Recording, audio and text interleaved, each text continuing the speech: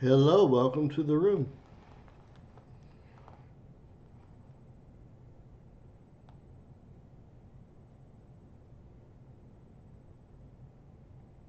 If you can let me know if I have sound, that would be great. I should.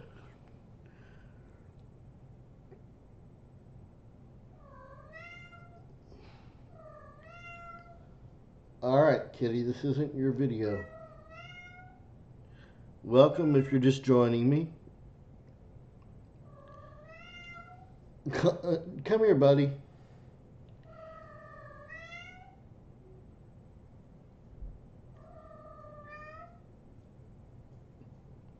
Awesome.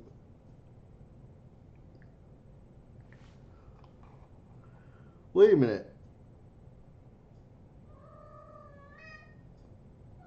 Is this Christina I know from real life?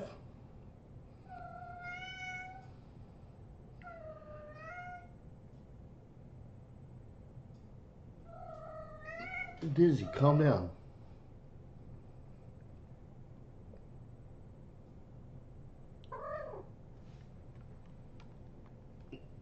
Is this the Christina Bradway that I know?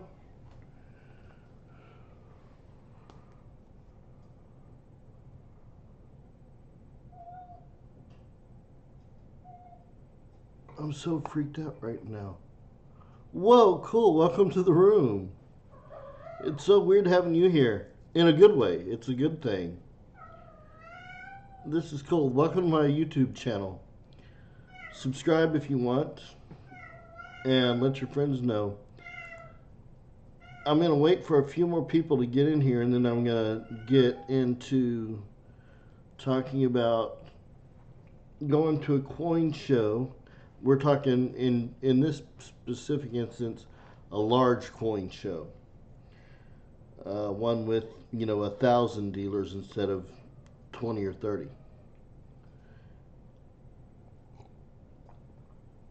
It's very different than a coin show when you have 10 to 20 to 30 tables versus one where you have 1,000 tables. It's a little bit different, especially when you only have 3 or 4 days to look around.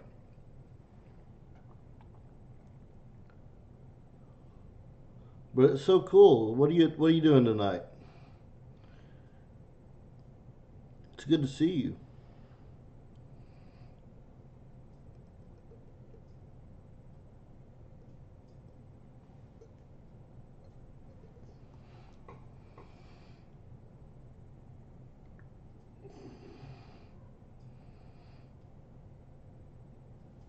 I've only got 2 people watching. I'm gonna wait till I get like at least 4 people watching, which may mean I have more time to get coffee. Oh, not a sponsor. Not a sponsor.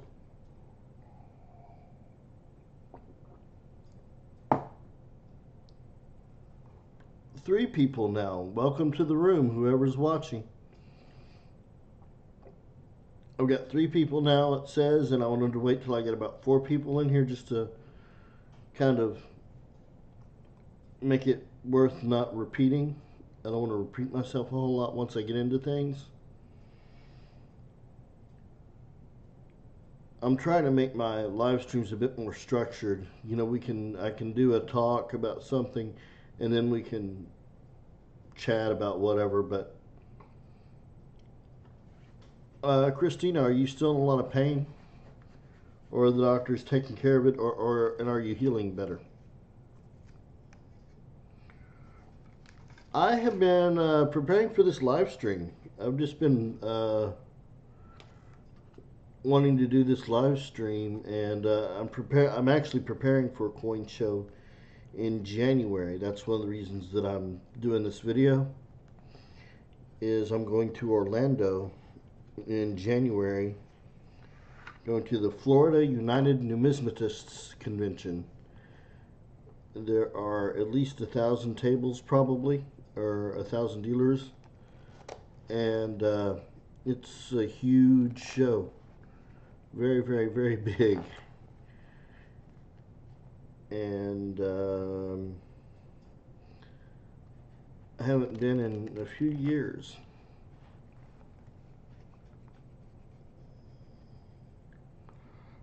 We got 3 people watching. Feel free to speak up and visit with me.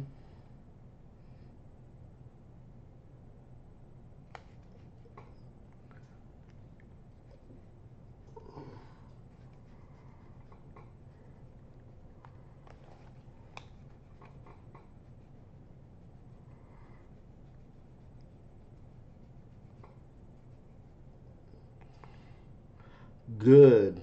Glad to hear that about the pain. By the way, it's the chat will probably lag a little bit, and that's just normal for YouTube.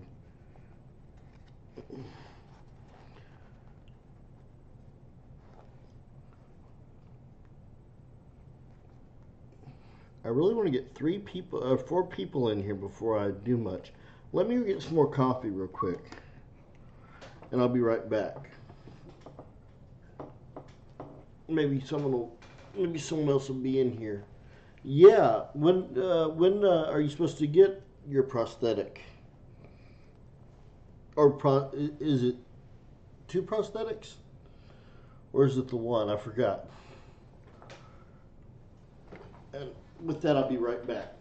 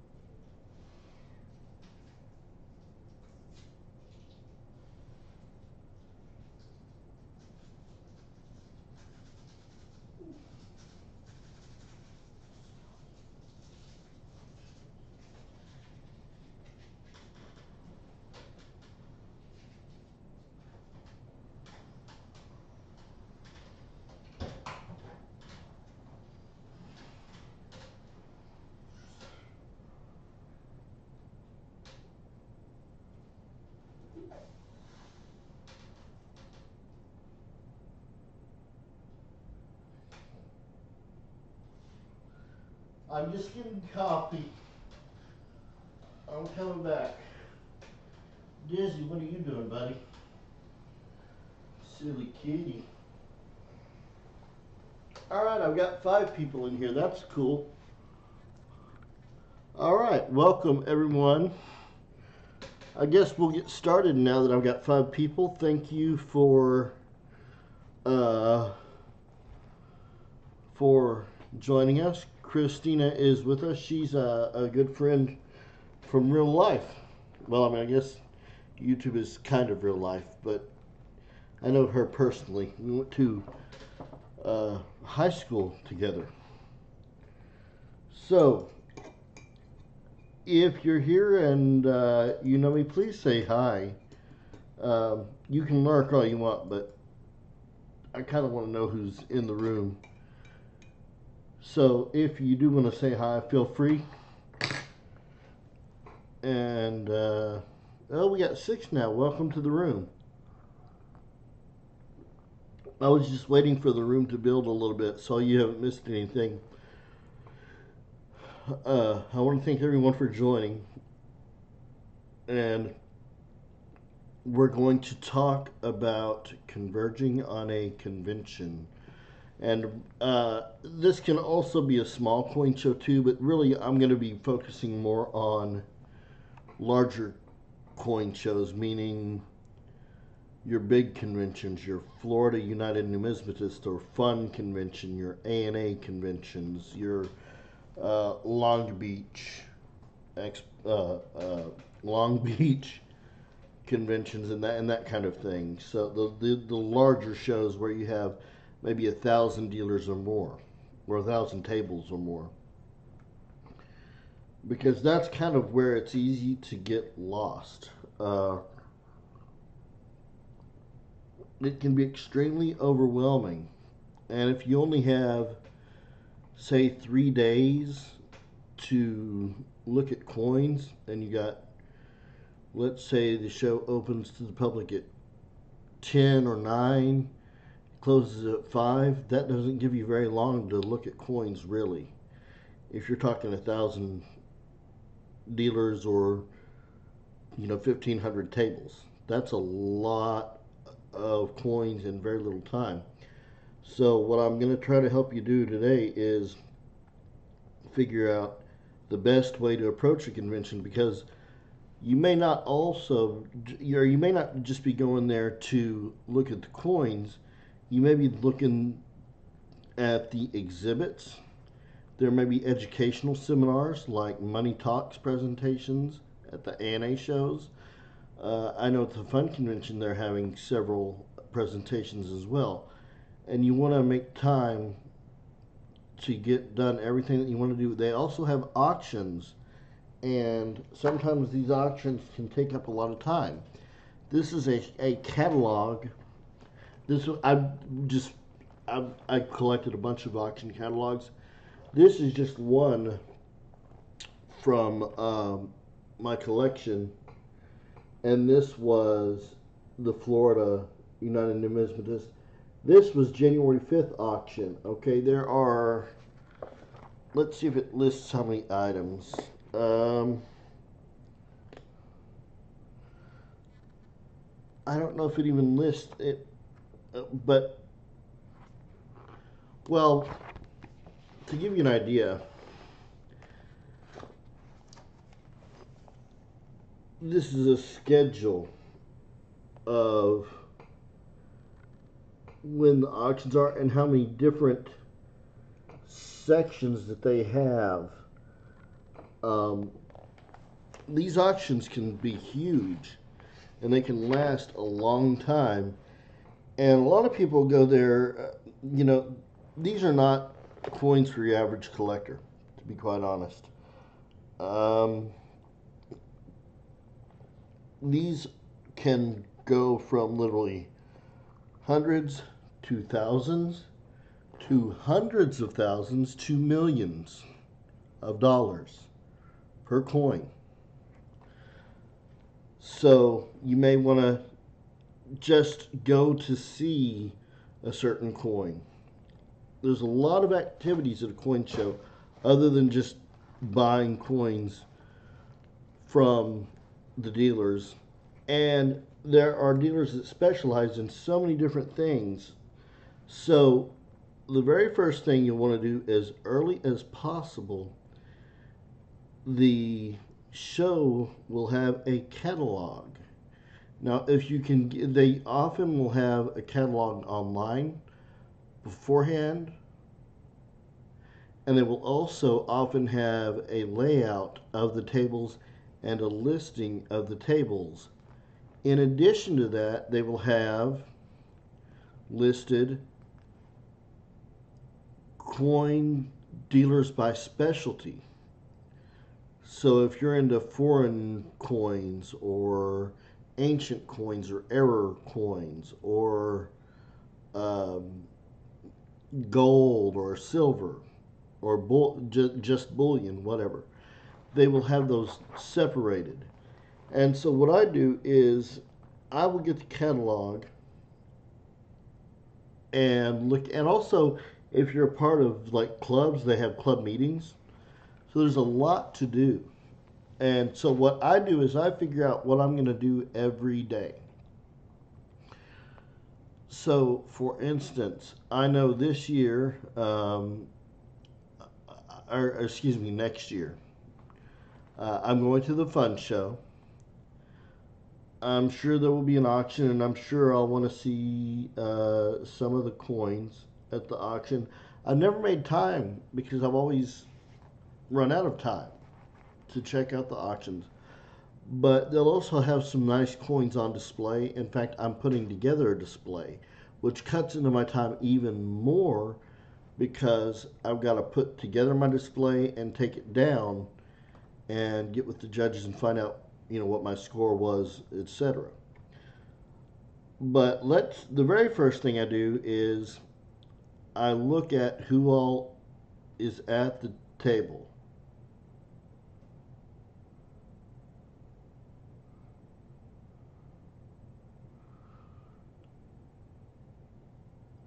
I'm sorry, I don't know what you mean, Alexander.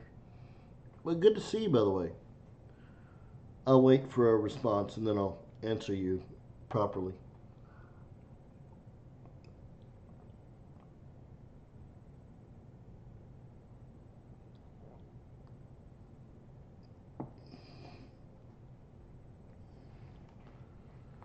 And there's just a little bit of a delay, but that's okay. I don't mind if y'all don't. I am good. I'm real good. I'm going to the fun convention and I'm really excited, but I've got to get it all planned out.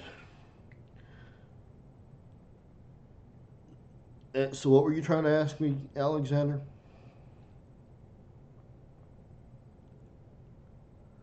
And if y'all have questions as we go along, go for it. But there's a lot to do at coin shows, and I never get half of it done that I want to get it done. That's why planning is so important, because you think 4 days or 3 days is a lot, but it's really not. It's not a lot of time. And it's something that I don't like. The last day of the show, dealers will leave early. So if it says the convention is over by 3, they'll be gone by 12. And I think that's kind of, I understand they don't want to waste a lot of time, and time is money. But by the same token, if that's the time listed, that should be how long they stay. But that's another debate for another time. So I'm not knocking dealers. I'm just expressing my opinion on that. And there are counterpoints. But so what I do is I get the catalog as soon as I can, or see if I can find it online, and you generally can. And they also advertise, for instance, the lectures. We're doing a money. Yes. Oh, Alexander, that's a very good point. They do. They pay for their spot in the room, and they have to price their items. And this is one of the. There are several pros and cons for bigger conventions. Number one, with bigger conventions, you have a lot more dealers, so you have a lot more inventory to look at, and you got more quality items. One of the downfalls is they don't want to bring 5 and 10 cent coins to take up their cases when they've paid literally sometimes $5,000, or let's say $2,500 for a case. If they're paying $2,500 for a case, plus their flight, plus their meals, plus their hotel room, which they will generally want to stay at the convention center hotel because safety for one and convenience the other. You don't want to be driving around town with $100,000 worth of coins in your car. You want to be able to get in and get out. So you take that stuff to your room, etc. So yeah, and so one of the things they have to do is they don't necessarily, they can't. Well, I'll take you back. Some will really jack up their prices, but generally, instead, what they do is just bring their best stuff. And so it can be kind of hard for you to find deals, but they also have, generally, a section of what they call budget tables, and they are generally like in a like far into one corner. It's a smaller section, and they're usually by the clubs that don't generally pay for a table, and they pay lower prices, but they're not really. They don't get a lot of as much traffic. You know, the big dealers are up front because they pay the bigger money, and that's another thing. Clubs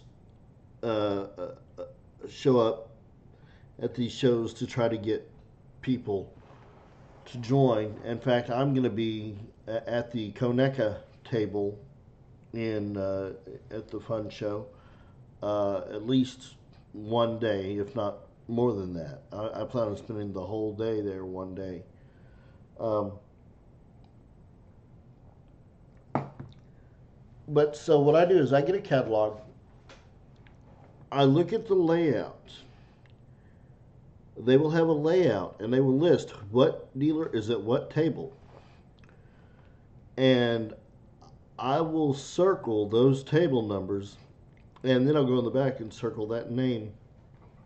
And there may be a dealer, for instance, just to throw out an example.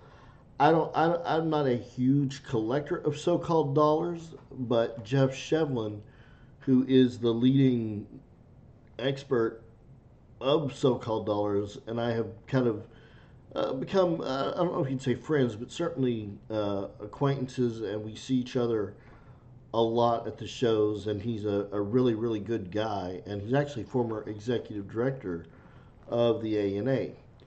Well, I always make a point to go say hi to him and look at his table and see if there's something I might want to buy.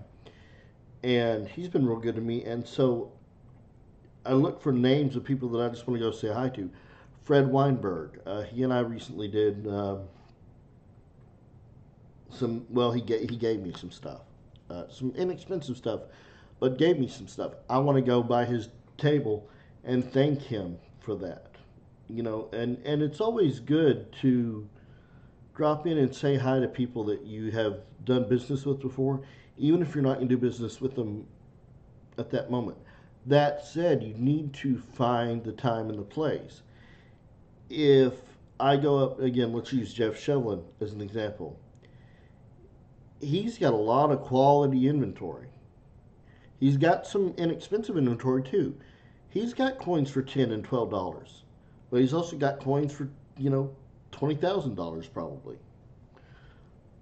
But if he's free, if I don't see anybody's table, I'll go by and I'll say hi to him and his wife. And but if I see two or even even one person, maybe depending on who it is, at his table, I will not go by. I'll maybe wave as I'm wheeling past the table. But I get a list of everybody that I want to hit, meaning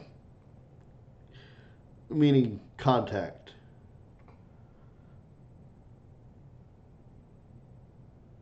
And then I also hit a lot of those budget tables. All right, I'm gonna say hit a lot apparently, and I mean contact or go to. All right, let's just make that clear real quick. But I will get a list of tables that I want to go to and look at their inventory too. The budget tables, I guarantee you, I'm going to go look at them to try to cherry pick. A lot of times there will be tables that I'm not going to look at. Some of the tables that I'm not going to go to are the ones with all slabs. Now, why am I not going to all slabs? Well, there was one reason I had before, but now there's a really even better reason. And of course, the slab is this. If you see a dealer and this is all they have, coins like this in their cases, it means one of two things. They're probably charging a lot because it costs to get these things in this plastic. Number two, it means they probably don't know how to grade. They have to send in their coins to get them graded. And that's not good. Dealers need to know how to grade their coins. So I will bypass. Now that said, these may be good to cherry pick because you can cherry pick by grade. If you see a coin in a PCGS holder and it's graded, let's say 63, but you think, that's really got a good shot at a 64, depending on the coin and the price difference, it can be worth your while to buy that coin and resubmit it, depending on the coin. All right, that depends on the coin. So then you've got exhibits you got to go to. So I'll also want to try to hit up all the exhibits, and there may be special guests there. You might have the Bureau of Engraving and Printing, or people like Daniel Carr, who runs the Moonlight Mint in right outside of Denver. And so there may be special guests there. They may have book signings. I've seen some.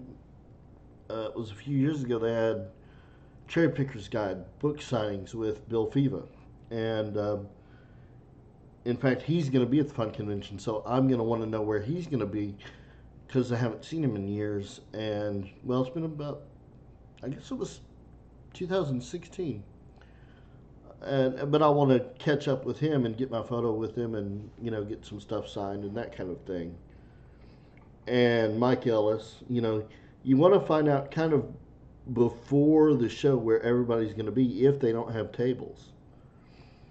I know, for instance, Bill likes Hobo Nickels, and he hangs out at the Hobo Nickel Society table a lot. So figure out where everybody's going to be. If you're looking at a specific coin, get the auction catalog, figure out when it's going to go up for auction. And one of the big things is set a budget for the show. If you, it can be really easy. Hey, Thomas, I'm doing good. How are you doing, buddy? Good to have you. It can be really easy to go over budget. And I've done it. In fact, I've gotten myself in trouble before and been like, yeah, I thought it was going to cost me this much, but it ended up costing me this much, and I need to borrow some money to get home. And family is very willing to help, but they're not always happy about it because you got to be. Everybody's got to be responsible, So I will also make a mental list in my head.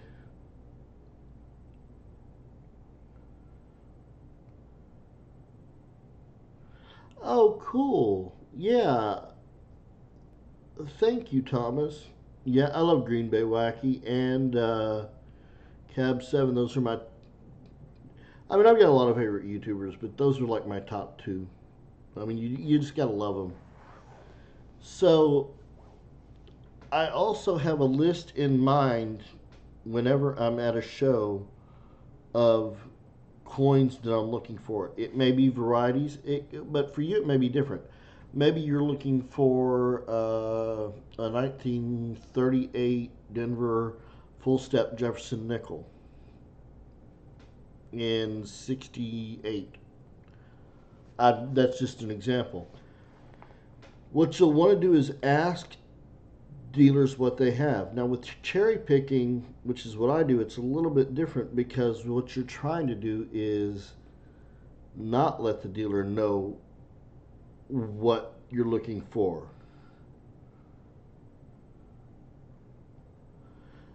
Thomas, people have been doing that to me, and I know who part of them are, and I can't really block them, and then I know who I don't know who some of them are. And always keep emergency money, by the way, especially in a big city. I always say, If something can go wrong, it will. Always prepare for the worst. Especially if you're like me and you usually go Greyhound, that's almost always a disaster. I only go Greyhound because it's cheaper than going by airplane, usually, not always. And pardon the language, but in a word, that is hell. I always have issues with Greyhound, whether it's not getting to my destination on time or not leaving on time or whatever it is. I always end up needing extra money. How my Thanksgiving was awesome. I spent it with family, and we went to my cousins and had a. That's another thing. By the way, thank you all.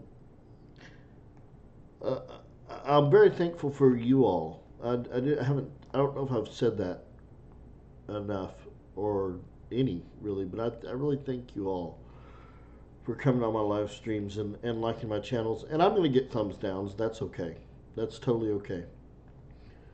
You know, because in the end, that's their loss.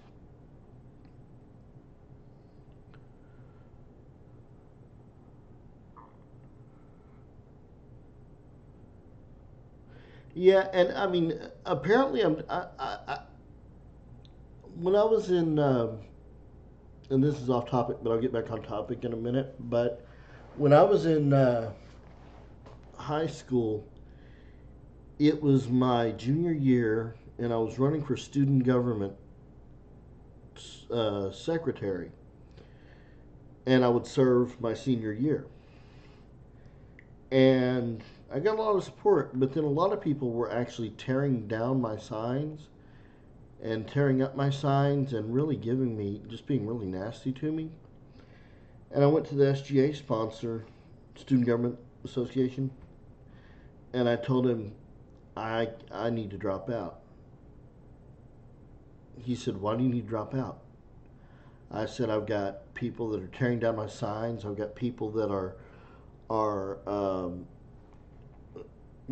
ripping things off of my signs. I've got people that are scrawling nasty messages, yada yada yada." He said, "And?" I said, "And people don't like me." And I can't remember the exact wording, but it was something like, "David, if people don't like you, you're getting attention because you're doing something right. People don't like those that do something right. You know, it gets under their skin."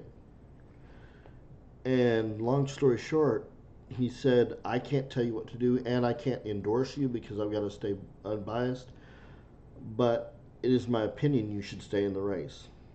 I stayed in the race. I won by over 200 votes, and I served, and it was one of the best leadership positions I've ever served on. So that's a good lesson.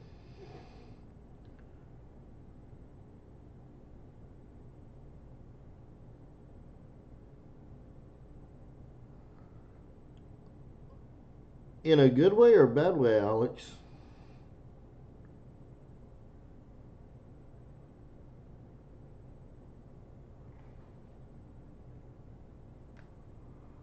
And what do you? I'm trying to. I don't know when that would have been. I do know I've got a lot of haters, and that's okay. A lot of it was my fault, and some of it was not. But I don't hold grudges. Now I have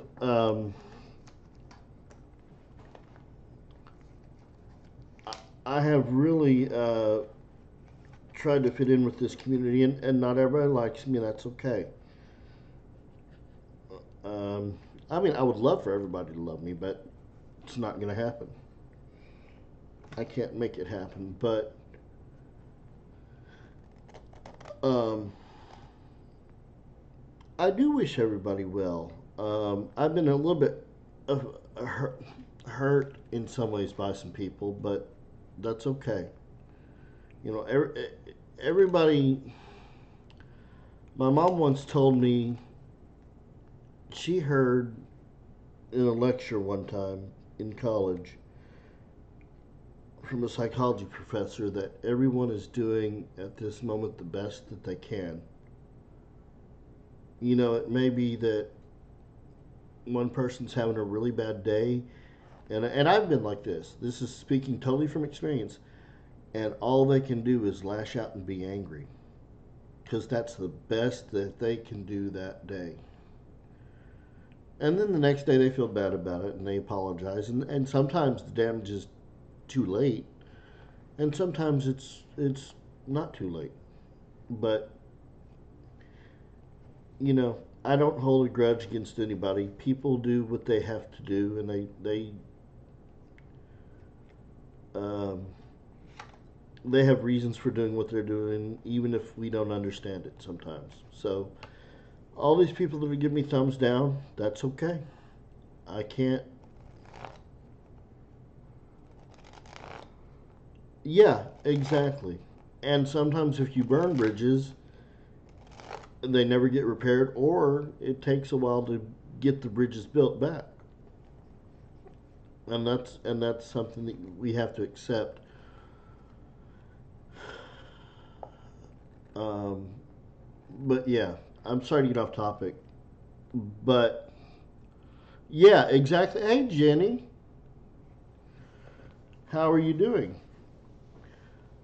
So, one of the getting back to the talk though, one of the things that I love about the large conventions, other than the large selections of coins, again, let me backtrack. So let's say you're looking for that 1938 Jefferson nickel mint state 67 full steps. Don't just go to one table. Go to every table that you can think of and try to find the best price, but not only the best price, the nicest coin. Remember, there's quality in every grade, as they say. And so sometimes you might have a person that has, well, let's say you've got three coins. All right, you got one that's priced really, really high, and it's that 67. Then you got two that are priced at the right price for 67, but out of those two, one of them is nicer than both of the other coins. You'll want to buy the nicest one for the best price. Exhibits, you really, if you're going to go to a coin show, you really but not only do you want to buy coins from the tables, you want to look at the exhibits, and you'll want to look at some of the like coins on display that are advertised. Meaning there's public exhibits that individuals put on, and then there are exhibits that the show puts on. For instance, a few of the exhibits that I've seen an $1804, well, more than once, because the A&A has one, and then I've seen some on the different exhibits. I've seen the 1974D aluminum cent. I've seen 1943 copper pennies. One of the neatest things that I've seen, I don't know if you remember, but in the news a few years ago, there was a 1970S Washington quarter that was struck over a 1941 Canadian quarter. That dealer, last name was Bird, and I can't remember his first name. Is it David Bird? Something Bird. Um, was wanting to sell it for 35,000, and I don't know if he sold it or not. But he was at a show, and I asked to see. I went up to his table. He was there, and I said, "Can I see this famous coin?" I mean, it made headlines. It was in USA Today, and you know, Washington Post, Washington Times, New York Post, New York Times, and all over the. And anyway, I got to hold it. It was in the holder, in the 2x2. In fact, let me see if I can show it to you. Does anyone remember that coin? And had I not gone to the convention, I would not have been able to see that coin.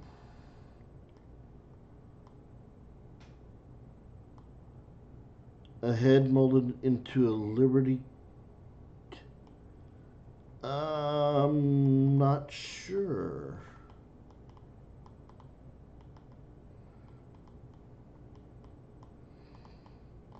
Let me see. I'm trying to find. Oh, I bet it's in this.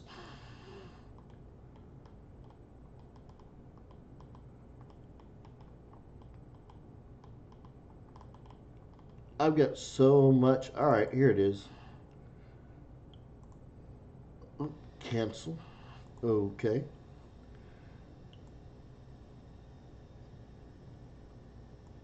I don't know if you can tell, but that is the 1970S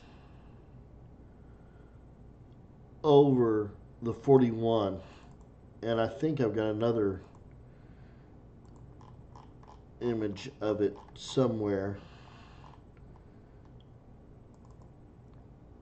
Yeah, there it is. So there was the picture of it, and then there was me holding it.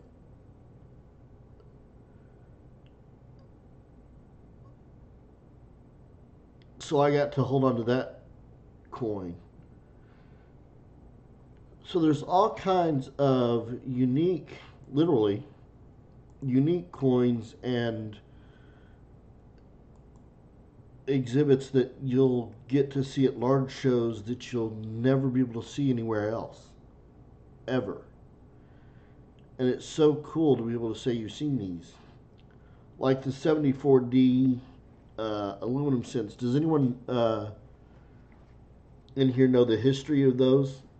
Of the 74 aluminum. Did I say 74D aluminum cents? That's what I was trying to say.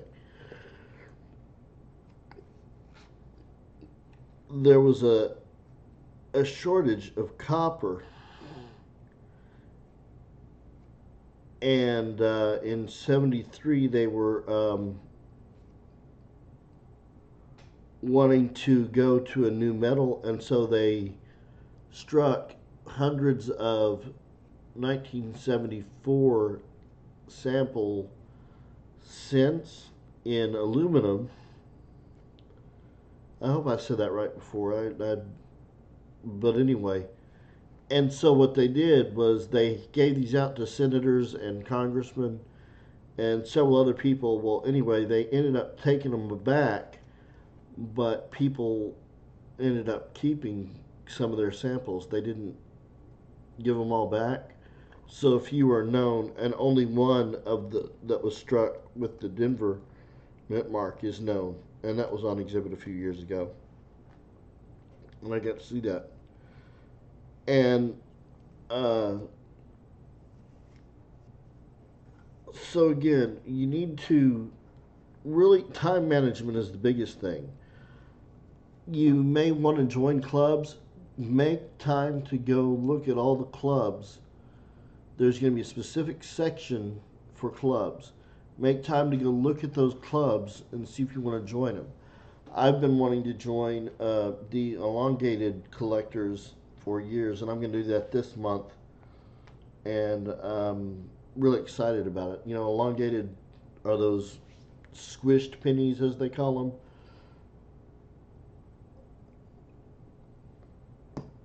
And again, at the Fun Convention in Orlando, I will be manning the Coneca table at some point. and you'll want to look at the user exhibits as well. Again, the user exhibits are the public exhibits not put on by the convention centers or by the organizations or clubs can put on some really cool exhibits. They have many different categories. It just depends on what show you go to, but you ought to check out the exhibits. You'll see coins that you've never seen before, and people have an interesting way of putting different themes together that you'd never thought about. In fact, I'm going to do an exhibit, and I can't state what it is yet because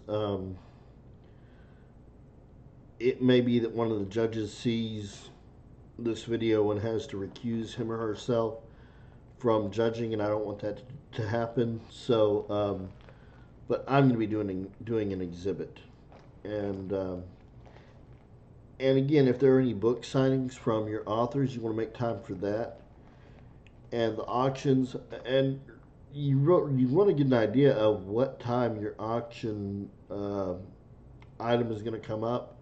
So look at your schedules very closely, and your presentations. Like I did a Money Talks presentation, have done actually a couple of, I guess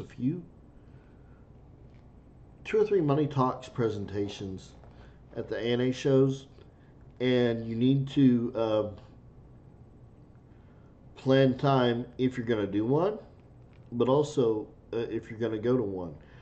They'll last 30 to 45 minutes, give or take, and so you'll want to make sure that you fit that in. There's so much to cram in. You've only got 3 or 4 days, and that seems like a long time, but it's really not when you've got 1,000 tables.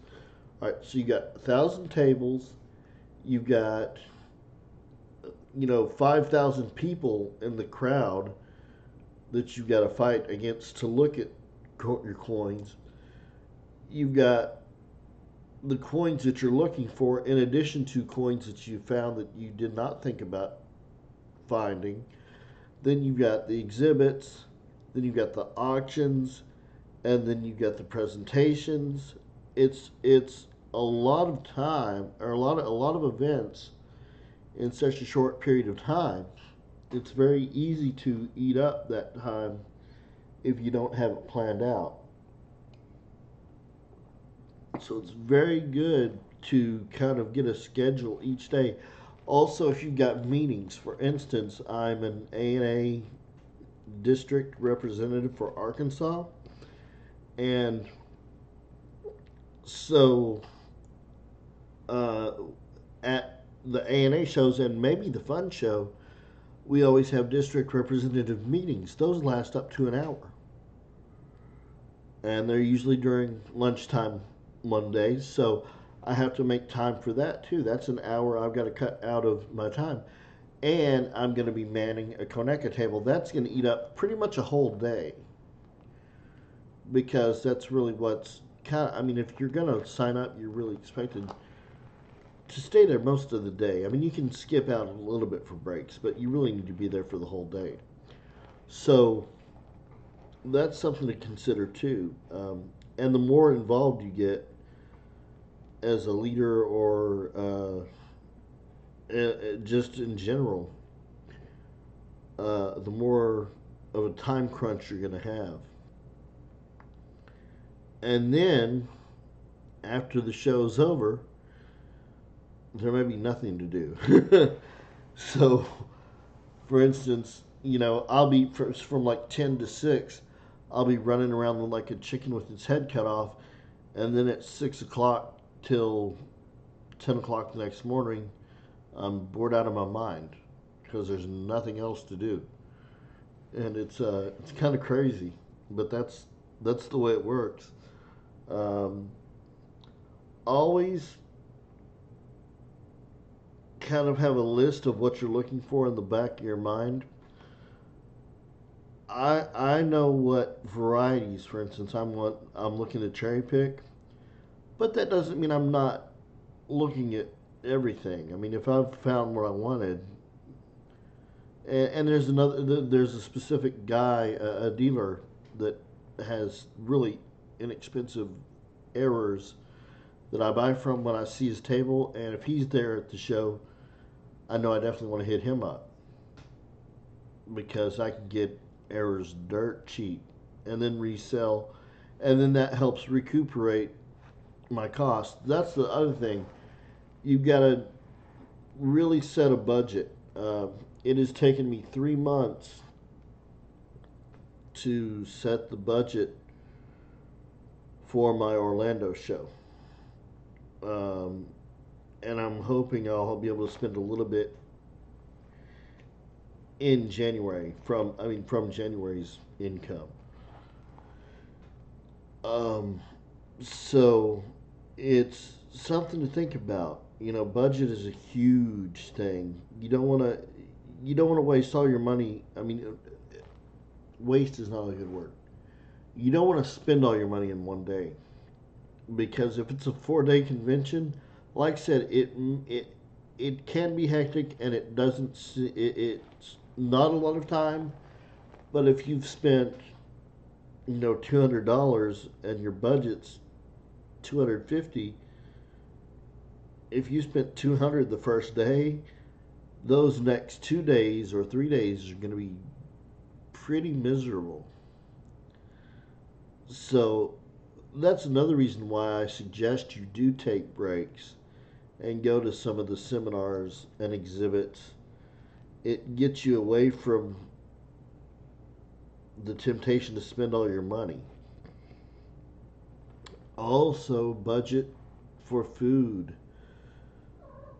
At convention centers, at coin shows, food is expensive.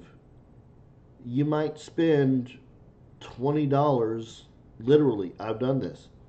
You might spend $20 on a can of soda and a sandwich, or a burger and a sandwich, or a hot dog. A burger and a Coke, or a hot dog and a Coke. You might spend $20. I mean, that's how expensive some of this stuff gets.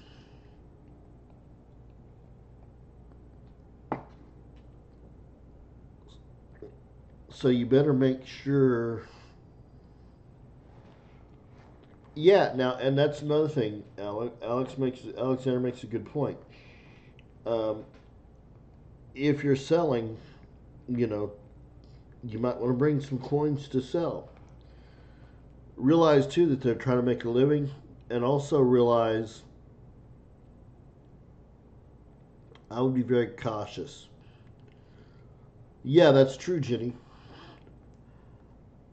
I've got a coin. In fact, I've got it over here somewhere. It's a Mint State 66 1974 Eisenhower dollar. That is just happens to randomly be one of the Eisenhower dollars that's more rare in the higher grades, starting at 66 and above. And just because it happens to be rare, it's worth more than in other grades and what your average Eisenhower dollar is worth. Well, I've had it looked at by experts who flat out tell me it is 66 all day long. Well, I take it to dealers, and some dealers say, no, that's a 65. Or some have even said that's a 63. Now, you don't have to know a lot about grading to know that 3 digits off on a 70-point scale is pretty significant. In fact, that's literally $100 difference on that price, if not more than that. Some of it's because some dealers don't know how to grade. Some of those dealers were trying to take advantage of me. Some of them wanted to pay the $10 then get it slabbed for 30, and then sell it for 115. So you have to know your stuff too, because some dealers will take advantage of you. Not all. I'm not here to knock dealers. I go to coin conventions because I like dealers. They're good people, but they don't always treat you right. But the good news is, when you start talking to people, you get you get an idea who those people are because they develop that reputation. For instance, I like to cherry pick. I look for varieties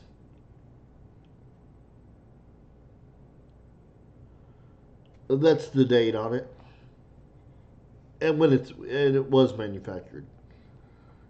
It's 1974D. It was manufactured in 74D or in 74 at the Denver Mint, and they put the date on there. And I do what's called cherry picking, where I look for mistakes on coins. Coins with mistakes on them that were done inside the mint are worth more money. They're worth a premium. Well, some dealers do not like this, because what I'm doing is I'm using my knowledge to get their coins at a much cheaper rate, and then I'll try to sell them at a more expensive price than what I paid. And dealers are in their defense, trying to make a living. This is what they do as a business. So they don't want people to make more of a profit than what they've made necessarily. Some are okay with it, and it's becoming more and more acceptable, but you still have to be careful. And I remember I went to my very first table at one show, and the guy could tell what I was doing. He could tell I was looking for varieties and errors. And he said, "I don't sell to error variety collectors." And he slammed his book closed. He slammed the book of coins closed and kind of brushed me away. So I left. And I was in such shock at how he treated me that I went over to one of my buddies, Sam Gelbert, who is he works at the ANA.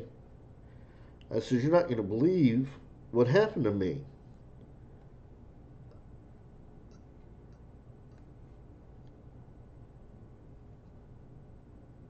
Are you're talking about the 60, the MS-60? That's the grade. They have different grades that goes from AG all the way up to Mint State 70.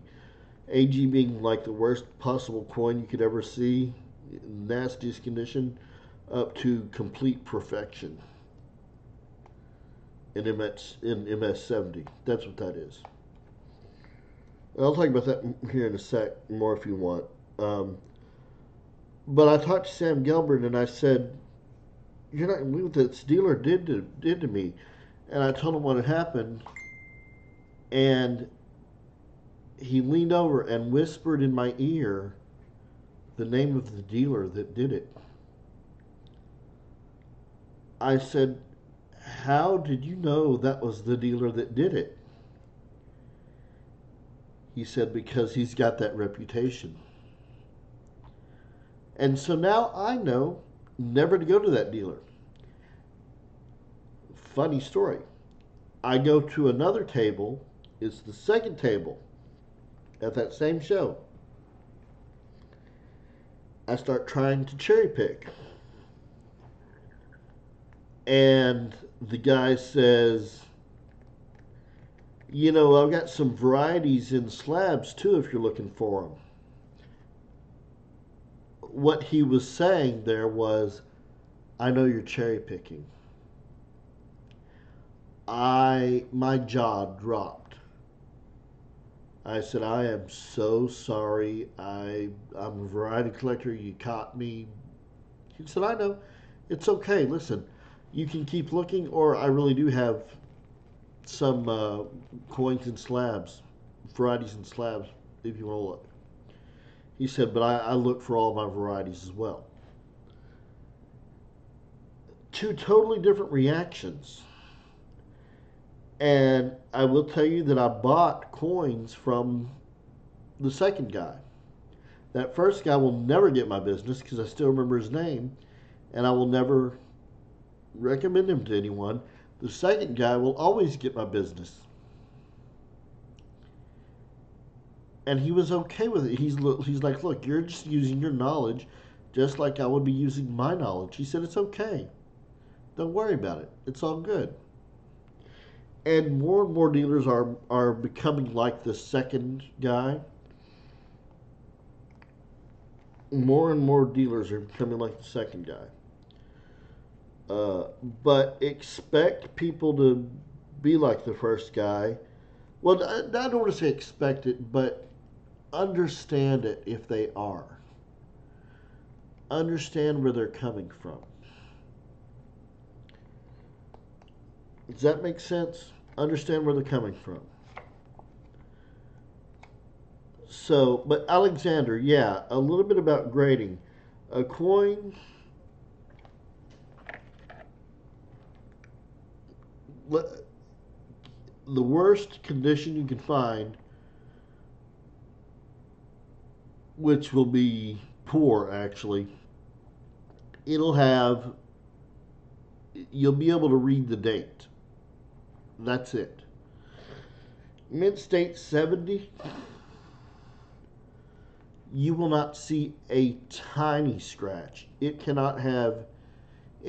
even have a little dot of a scratch on it. And it has to have perfect shine. It cannot have any flaws whatsoever at all. And you don't find those. They exist, but they're totally, totally rare. You don't find them. And if you do find a coin in a high grade, you can have it sent off to a third-party grading service like PCGS, NGC, ANAX, or ICG. Those are the top four. And they will put it in one of these slabs.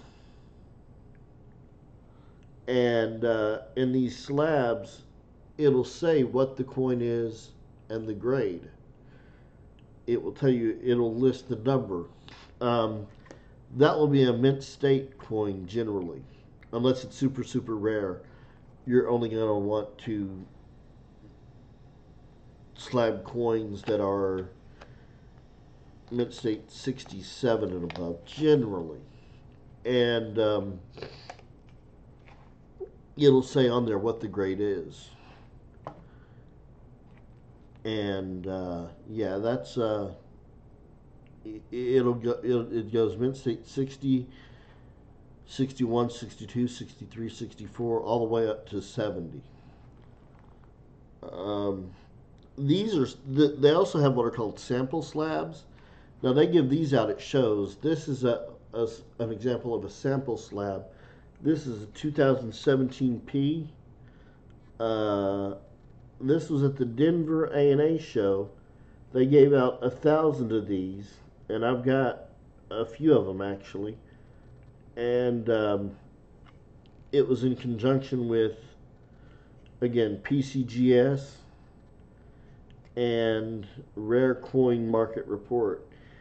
And if you scan this code, it can tell you whether or not you've won I think it's a year worth of a Rare Coin Market Report. But they do a lot of these sometimes. They have these are called sample slabs because they just grabbed a coin, a 2017 P.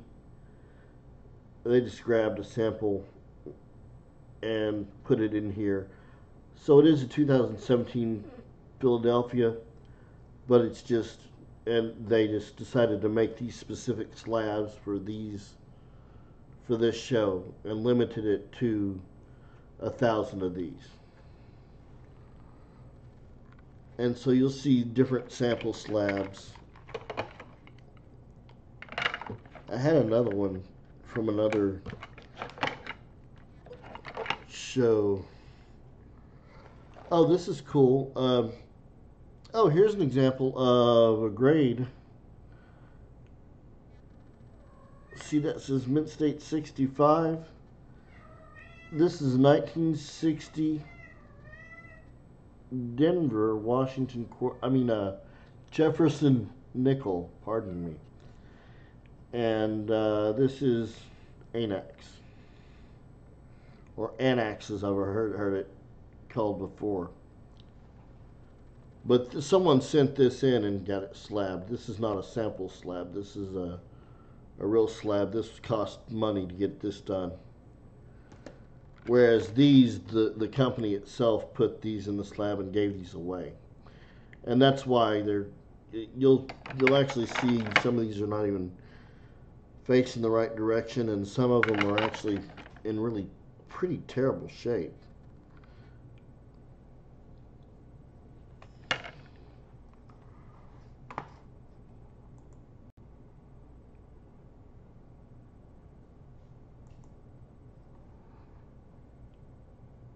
So we got 5 people watching. Anybody have any questions? I know I've kind of talked a lot. Does anyone have any questions about conventions? Now, with smaller coin shows, when you have 10 to 20 to 30 tables, it's a lot easier. You go through those very, very, very fast. So that's one of the differences between a convention, as I'm calling it, and just a regular coin show. And conventions are held in large cities, which is why they're so expensive. And now some are open to, it depends, but some are open to the public for free. Some charge the public, and that all depends. It just depends on the... Should. Yeah, Alexander, that they should. Unless they're a sample slab. But if they're in dealers' tables, they're more than likely just slab coins, and it'll have the grade on there. And you want a higher grade coin in general. There can be huge price differences in grade, and you want the highest grade for the amount of money you can spend. One grade difference, 1 point difference can be literally thousands of dollars with the right coin, but then some not. Some it could be $2 or $3 difference. So it just depends. But yeah, always look at the grade, but also learn to grade. I may do a video on learning to grade. There's a book. Let me see if I can find it real quick. I'll show you what I use. So I think I've got it over here.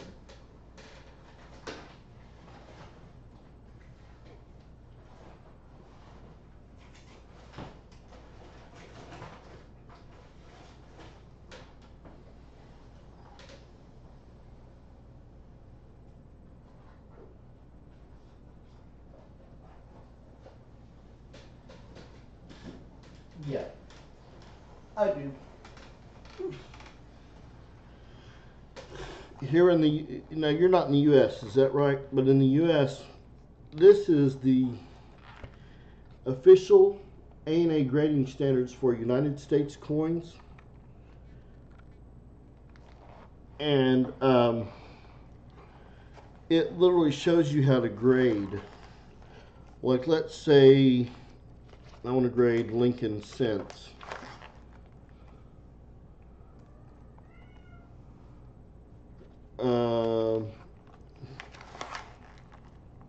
Literally, it goes from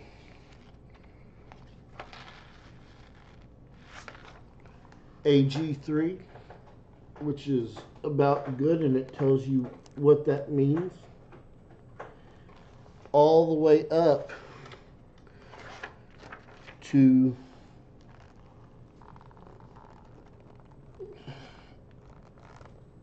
Mint State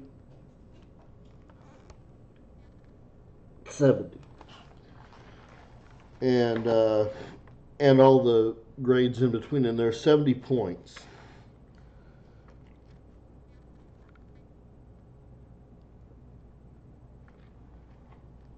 So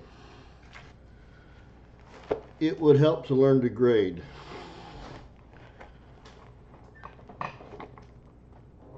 If you're dealing in U.S. coins, you want to learn to grade. And I'm sure there's grading standards for foreign coins, but I don't know. I don't know how to do that. I am pretty much just within the last couple of years learning to grade U.S. coins, because it's hard. There are a lot of series of U.S. coins, and they can be tough to grade. So, anything else going on, y'all? Where did Thomas go? Is Thomas still here? I really appreciated him stopping by. That was very nice.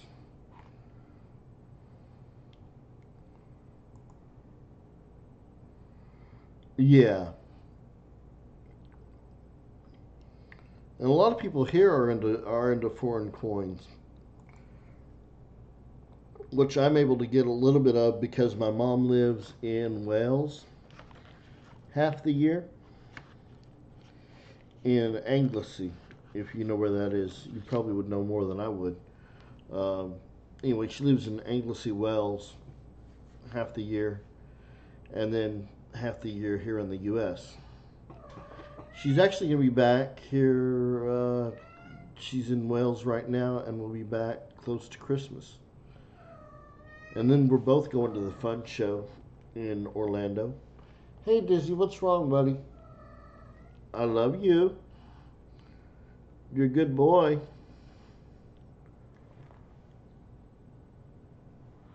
If anyone has any questions, let me know.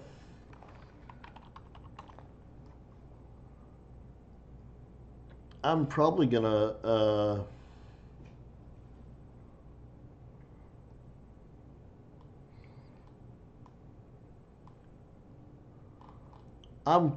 look at some coins here in a minute. What's wrong? I'm gonna hop up. Hop up. Hop up. Good boy. What's wrong? Hi, buddy. My cat decided to hop up here. Any questions on convention? Time management in a convention. It's a really great, bigger conventions are a really great place to meet your heroes too. Like I said, Bill Fiva, in the case of cherry picking. JT Stanton, I met him at my very first fun convention.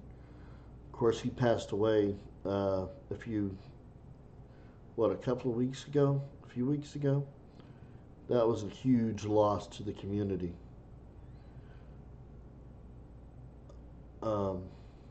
Yeah. Yeah, this is my kitty. He just wants attention.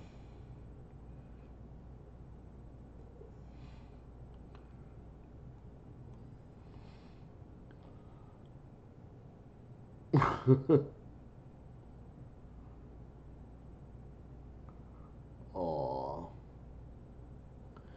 He'll sit there and do this for like 30 minutes at a time.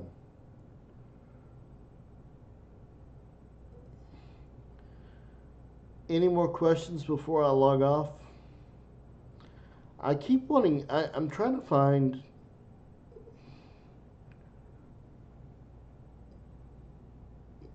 Yeah, he's huge. He was actually the runt in the litter. He got abandoned by his mom, and he's certainly put on the weight. He actually has gotten to the point. It's kind of frustrating. He doesn't want to eat out of the bowl. He would rather eat out of his cat food bag. He wants the whole bag and not the portion that I give him. He's fat like me. Oh, but he's sweet. Look at that. Oh, is that not sweet? You're so sweet. Oh.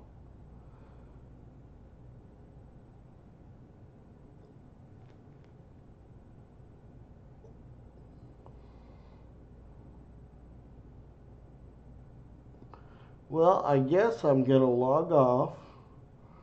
But thank you for those that joined the live stream. Thank you for those who took the time to give me thumbs up or thumbs down, because you've added to my watch time, and I appreciate it. And maybe I'll end up getting monetized at some point. That would be nice. I have no sponsors, so it would be cool. Y'all have a wonderful night, and I will see you next Monday at about 7:15 my time. That's about what time I started tonight. About 7:15 I think is a good time.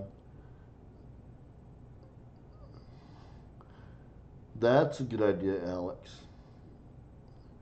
Well, y'all have a wonderful night, and I will see you next time. Thank you again, everybody, for dropping in, and y'all have a wonderful, wonderful rest of the week. Bye.